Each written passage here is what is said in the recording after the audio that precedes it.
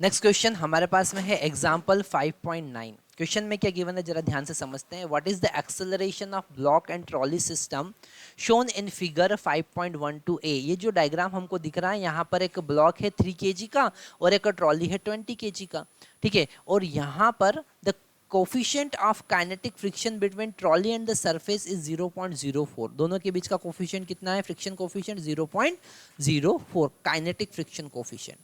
What is the tension in the string. सबसे पहला concept हमको यहाँ पर ये समझना है कि ये जो ट्रॉली है ये आगे की तरफ मूव करेगी और यहाँ पर फ्रिक्शन फोर्स कौन सा काम करेगा? काइनेटिक फ्रिक्शन फोर्स काम करेगा। और काइनेटिक फ्रिक्शन फोर्स कैसा होता है?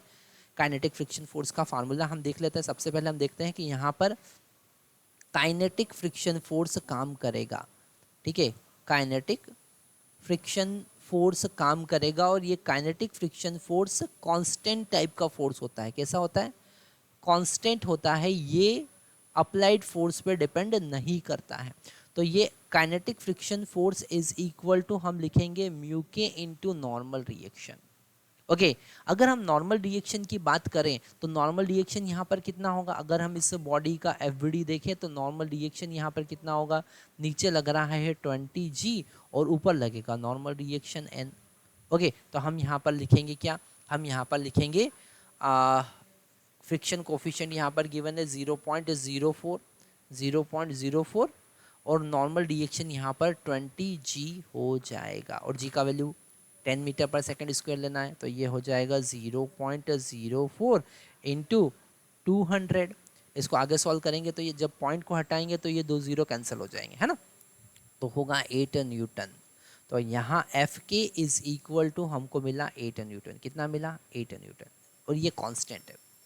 अब हम दोनों ब्लॉक का एफ बनाते हैं, है ना। तो सबसे पहले हम लिखते हैं एफ, है ना। हर एक के लिए हम अलग अलग कलर का यूज़ करेंगे। तो हम सबसे पहले एफ लिखते हैं। F of 3 kg। 3 kg block का एफ हम देखते हैं। तो ये जो 3 kg ब्लॉक है यहाँ पर नीचे उसका वेट लगेगा दैट इज 30 न्यूटन और ऊपर लगेगा टेंशन टी, है ना। इस स्ट्रिंग का टेंशन टी ऊपर की तरफ लगेगा ना। तो इसके लिए हम इक्वेशन लिखेंगे 30 minus T is equal to 3a, क्योंकि ये a एक्सेलरेशन से नीचे आ रहा है, हम ऐसा मान के चलते हैं। तो ये है हमारा इक्वेशन नंबर 1। ये कौन सा है? Equation number 1। अब हम 20 kg का जो ट्रॉली है उसका एफ बनाते हैं। तो हम लिखेंगे एफ ऑफ 20 kg ट्रॉली, है ना। तो यहाँ पर फ्रिक्शन फोर्स, ये जो 20 kg का ट्रॉली है इस पर टेंशन आगे की तरफ लग रहा है और फ्रिक्शन पीछे की तरफ लग रहा है एफ के। मैक्सिमम टाइम स्टूडेंट क्या करते हैं? यहाँ पर इस एफ के को भूल जाते हैं, है ना। जब आप एग्जाम में क्वेश्चन सॉल्व करेंगे ना तो ये एफ के मिस करने के चांसेस हैं, तो इसको मिस नहीं करना है। यहाँ पर आप इक्वेशन लिखेंगे टी माइनस एफ के इज इक्वल टू 20a। अब यहाँ पर एक क्वेश्चन आ सकता है कि सर इसका एक्सेलरेशन और इसका एक्सेलरेशन आपने सेम क्यों लिया है? क्योंकि ये एक इनएक्सटेंसिबल स्ट्रिंग से कनेक्टेड है। इनएक्सटेंसिबल मतलब उसका एक्सटेंशन नहीं है, कांस्टेंट लेंथ है, तो इसलिए दोनों का एक्सेलरेशन सेम होगा। जितने एक्सेलरेशन से 3 kg का ब्लॉक नीचे जाएगा उतने ही एक्सेलरेशन से 20 kg का ट्रॉली आगे बढ़ेगा। ओके तो यहाँ पर ये हमारा इक्वेशन नंबर 2 मिल गया। ये हमारा इक्वेशन नंबर 2 है।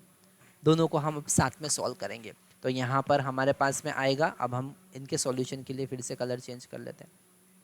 यहाँ पर हमारा फर्स्ट इक्वेशन है 30 minus T is equal to 3a और t minus 8 equal to 20a। दोनों को सॉल्व करेंगे तो t से t यहाँ कैंसिल हो जाएगा और ये हो जाएगा हमारा 22 इज इक्वल टू, इसको सॉल्व करेंगे तो कितना हो जाएगा 23 इंटू ए।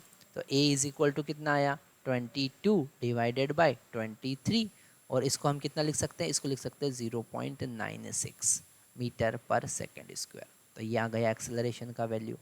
अब इस एक्सेलरेशन का वैल्यू आप दोनों इक्वेशन में से किसी इक्वेशन में पुट करो तो आपको t का वैल्यू मिल जाएगा। तो t इक्वल टू हम सेकेंड इक्वेशन का यूज़ करते लिख सकते हैं 8 प्लस 20 इंटू ए का वैल्यू 0.96, है ना। तो जब हम इसको सॉल्व करेंगे तो हमारे पास में आंसर आना है एक मिनट हम देख लेते हैं, आंसर आएगा आपके पास 27.1। कितना आएगा, इसको सॉल्व कर लीजिएगा आप तो आपको मिल जाएगा 27.1 Newton. Okay, thank you very much.